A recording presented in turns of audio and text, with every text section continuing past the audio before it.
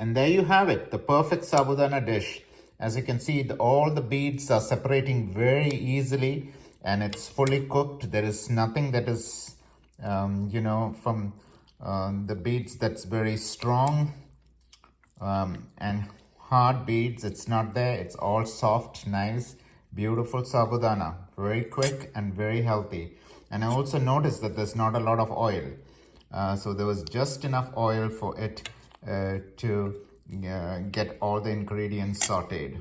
So the key to making a perfect Sabudana Kichadi is to soak the Sabudana overnight so that it is just submerged in the water.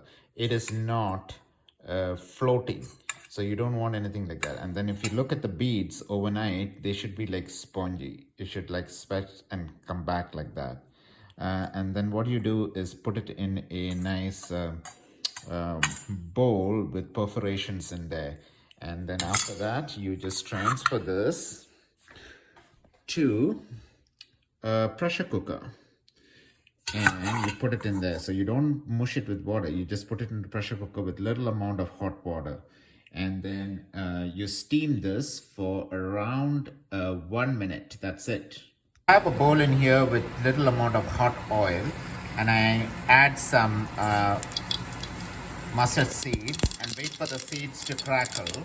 And at that point, as soon as the seeds crackle, at that point you just add peanuts.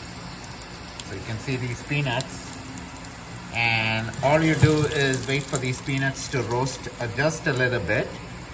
But to the roasting peanuts, all I've added is some red onion, ginger garlic paste, a little bit of green chili julienne, and you just saute the whole thing together and make sure that the peanuts don't burn. You should not have the, see the peanuts, they should be like brownish in color. It should not burn.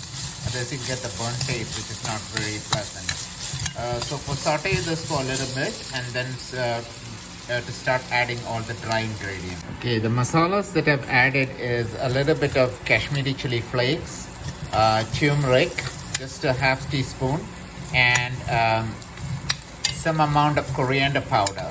And so now that's going to get all the complex flavors going. And then to that you add a little bit of aspartame, and that comes in this little plastic bottle. Just a little bit you sprinkle, and that should be imparting a nice smell to the whole thing.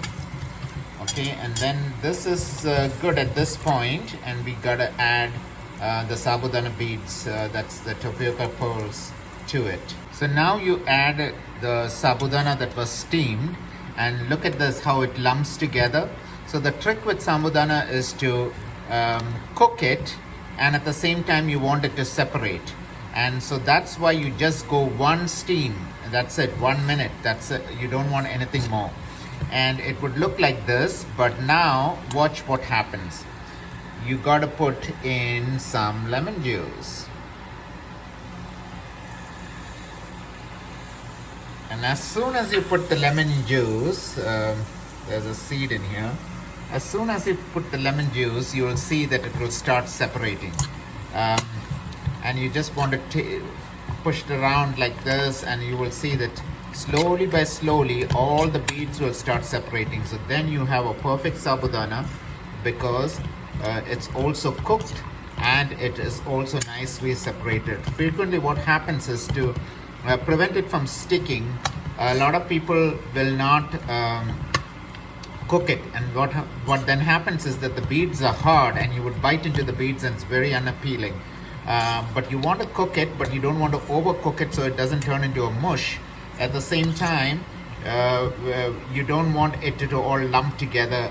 You want it to be separated. So one thing is to put a lot of oil, and you don't want too much oil because then it becomes unhealthy. So the trick is to put some lemon juice, and then you have it